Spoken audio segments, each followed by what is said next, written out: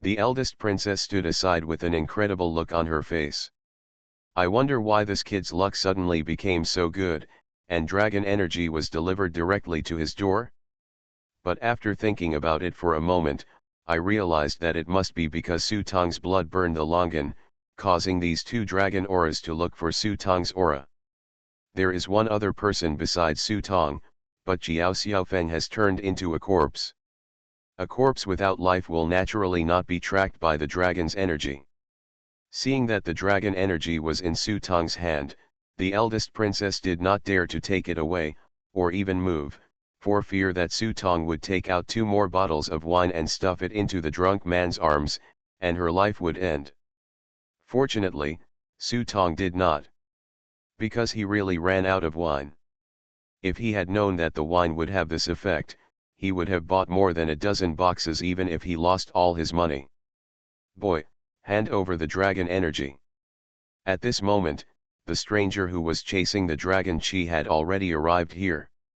When he saw 2 balls of dragon chi floating in front of Su Tong, he roared sharply. Seeing this, Su Tong directly stuffed the dragon chi into his arms and handed a bottle of fire knife to the drunkard. "Thank you for your hard work, just knock them all down without hurting anyone. It's easy." The drunk man took the wine with a smile, but he had no intention of doing anything. He just glanced at the eldest princess and said, "Girl, you're in trouble." The eldest princess was startled and immediately understood what the drunkard meant. She didn't know whether to cry or laugh. "You are doing second-hand contracting here. It's just that although I felt unhappy, I didn't hesitate to take action." The figure flashed suddenly and came to a person. The other party was not a great master, but he could be regarded as a first-rate master in the arena. Facing the princess who suddenly appeared next to him, he instinctively raised his long knife and struck at her. The result surprised everyone around him. Before the blade hit the eldest princess's head, the eldest princess's fingers had already gently poked into the other person's chest. The stranger's body shrank at a speed visible to the naked eye. Bang! As the blade fell from the skinny palm to the ground, the princess had already arrived in front of the next person. Still repeating the previous action, raising his hand, extending his fingers, and sucking blood, there was almost no unnecessary movement in the whole process. To the princess, killing a foreigner seemed as simple as swatting a motionless mosquito to death. The strangers who had just arrived were dumbfounded. Someone finally realized what they were doing and turned around to run away, but in the eyes of the eldest princess, their speed was as slow as a snail. The moment he jumped past these people with light steps, there would be a corpse on the ground that had been sucked into a human-like shape. But Su Tong also noticed that the eldest princess seemed to be taking the opportunity to heal her wounds. The wounds on her face from the 3-eyed fire gun had all healed in an instant. "Boy, there are 3 bottles of wine left. How about I take you out of the palace?" The drunkard held the bottle of wine, and in the blink of an eye, the bottle of Huo Xiao Dao was completely drank by the drunkard. Under the disheveled hair, the 2 eyes were staring at the 3 bottles of wine left in Su Tong's hand. This proposal undoubtedly moved Su Tong's heart. "When I got the dragon chi, I was reminded that as long as I hold on to the dragon chi for 30 minutes, I will be deemed to have successfully obtained the dragon chi, the punishment time will end, and I can return to reality at any time.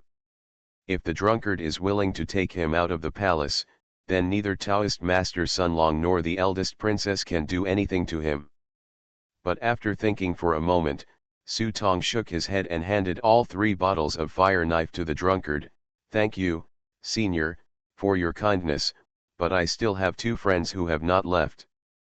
I can't leave them behind and escape by myself." The drunk man couldn't help but smile when he saw this. "You want me to find friends with you?" Su Tong shook his head again. "No, I gave it to you for free."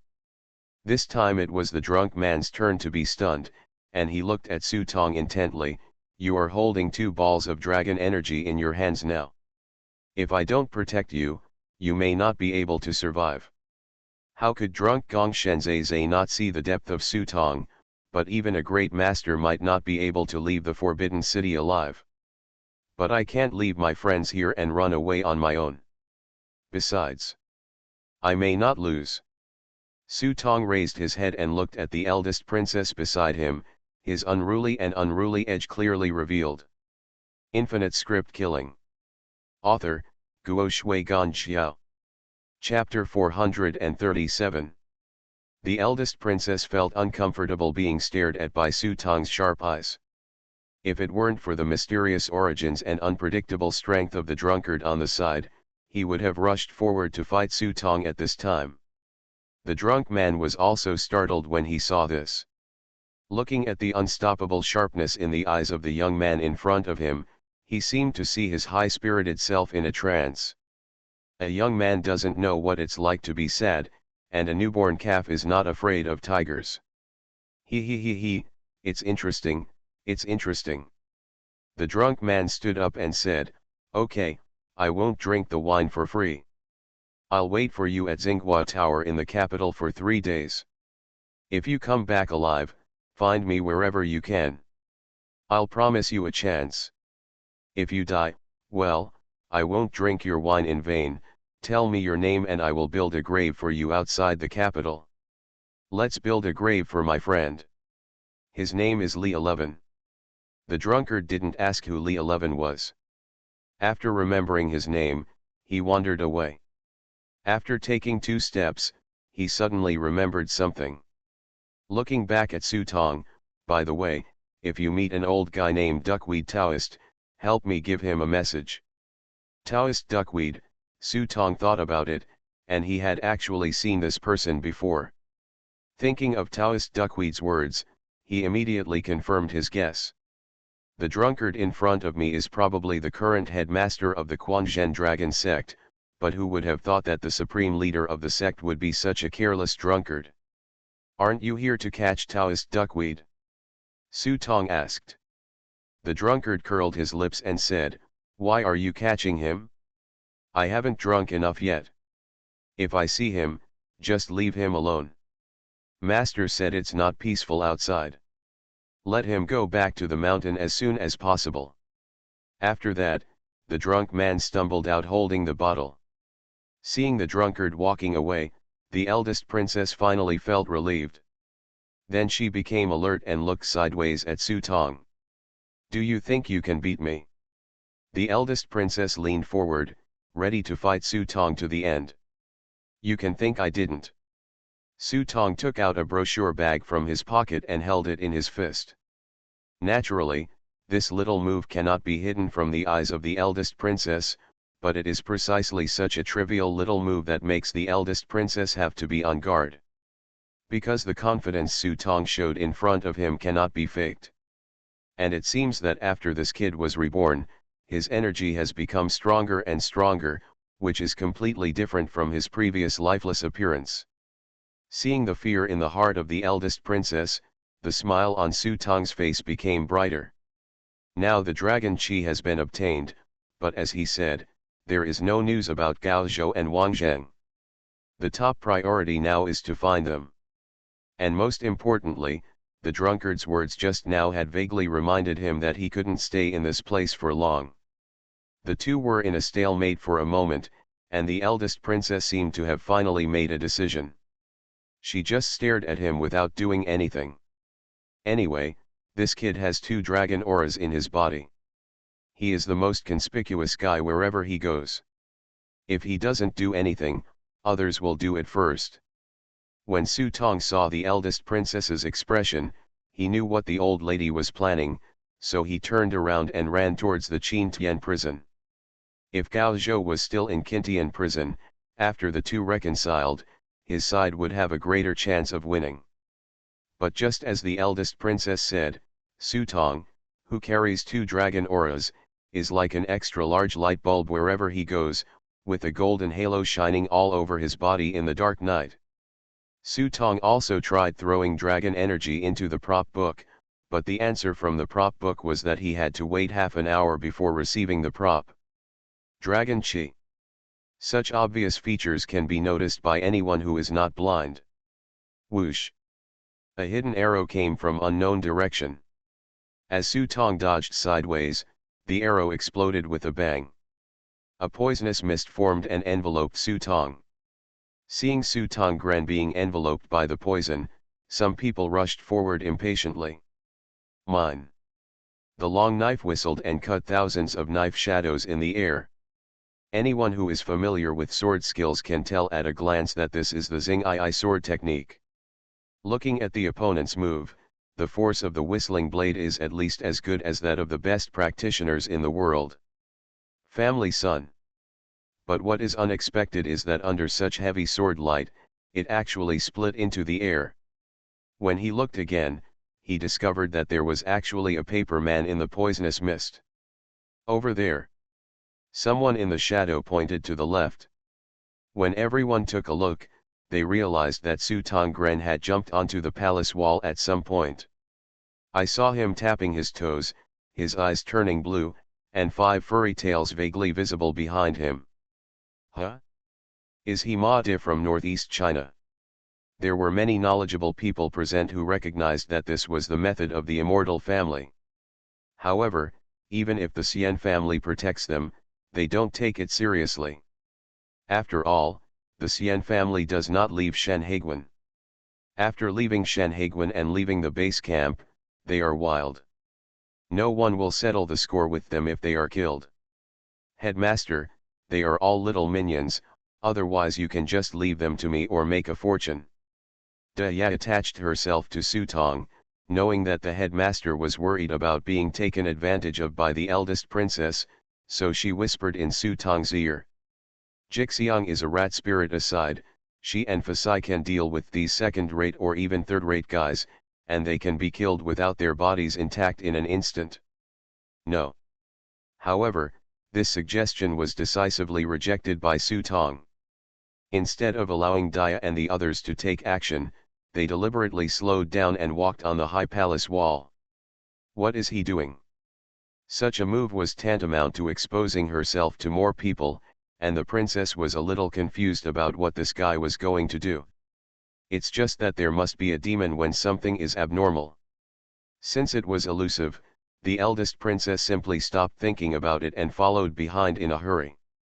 Hey! Brother, look over there.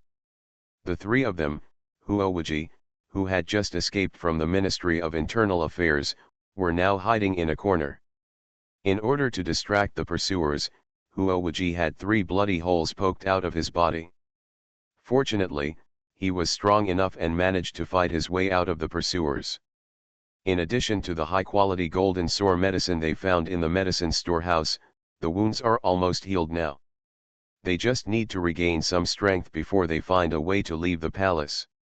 By then, with the gold and silver jewelry in their hands, they can live happily outside. Upon hearing Jian Shu's words, Huowaji and Bai Shitong stuck their heads out and looked out at the same time. Huowaji took a closer look.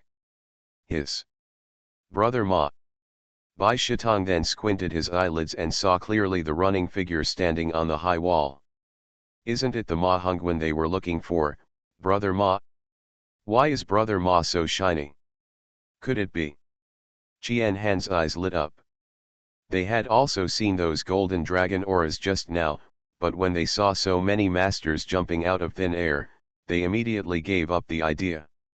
At this time, seeing the golden light on Brother Ma's body, he must have captured the dragon energy, which made Qian Shu start to think again.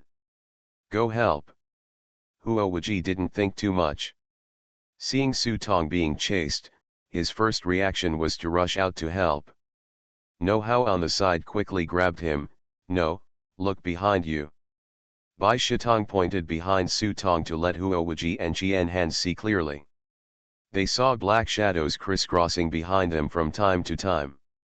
Obviously, the number of people chasing him was not limited to those who could see behind Su Tong. I'm afraid there are still many people waiting for the mantis to catch the cicada and the oriole behind. Even Huowaji felt unsure at this time. One-on-one, he claimed to be the best in the world, but few people could compete with him. But this is obviously not as simple as one-on-one. If they really rush out, they can probably chop them into meat paste with a knife. Then let's just watch like this. Huo clenched his fists, hating that he was not strong enough. He could not save Li 11, nor could he save Brother Ma. He suddenly felt that all his skills were in vain. Bai Shitong frowned, just holding Huo tightly with both hands for fear that he would run out and die. Let's follow up and check the situation first. If there is a chance, maybe we can make a sneak attack and help Brother Ma share some of the pressure. Qian Shao watched the golden light on Su Tong's body fade away and couldn't help but say. Huo thought that there was nothing he could do about it, and nodded in agreement. Only Bai Shitong was reluctant. There was a bag of gold and silver jewelry at his feet. As long as he left the palace and had nothing to worry about in the next life, why would he take such a risk? But seeing that Huo and Qian Shu both agreed, he had no choice but to bite the bullet and agree. More and more people were following Su Tong. Because of the black brocade robes, most of them had no way of knowing that they were chasing a great master. Just seeing Su Tong running forward, I thought about it and thought that this might be a soft persimmon.